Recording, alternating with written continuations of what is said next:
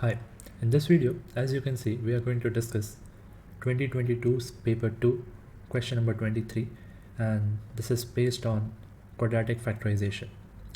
This is a past paper question from Cambridge IGCSE exam, but this can be helpful for all IGCSE or GCSE exams from whichever board you are appearing.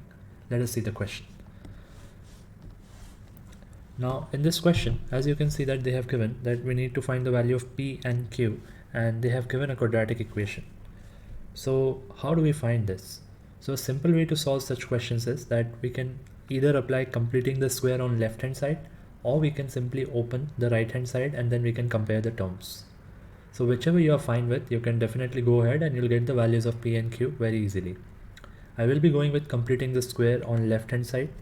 So on the left hand side I have x square plus 2 times x times 4 plus 4 square minus 4 square plus 10. If you are not clear with completing the square, you can mention it in the comments. I will make a separate video on that. So over here we have a square plus 2ab plus b square, and this is a plus b whole square. And on the other side we have similar terms, so we can just copy paste it. And now I'll get x plus 4 whole square minus 16 plus 10 is equal to x plus p square plus q. X plus 4 whole square minus 6 is equal to x plus p whole square plus q.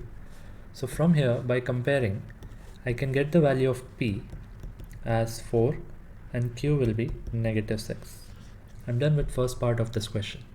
Now using this result, we have to try the second part, where we have to solve this thing equal to 30. Now we know that the value of x square plus 8x plus 10 can also be written in this form, okay, and which is nothing but x plus 4 whole square minus 6. I will just rewrite it in that form.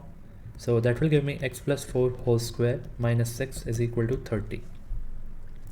Now negative 6 can be sent on the other side, so I will get x plus 4 whole square is equal to 36.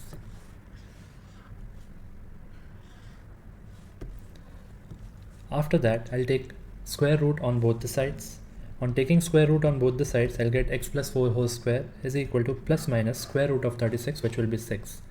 And that will finally give me the value of x as negative 4 plus minus 6.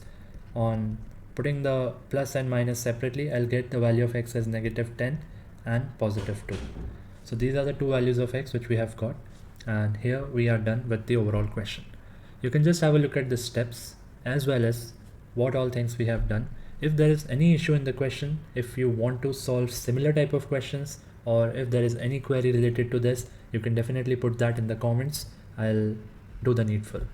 Thank you for watching and see you in the next video.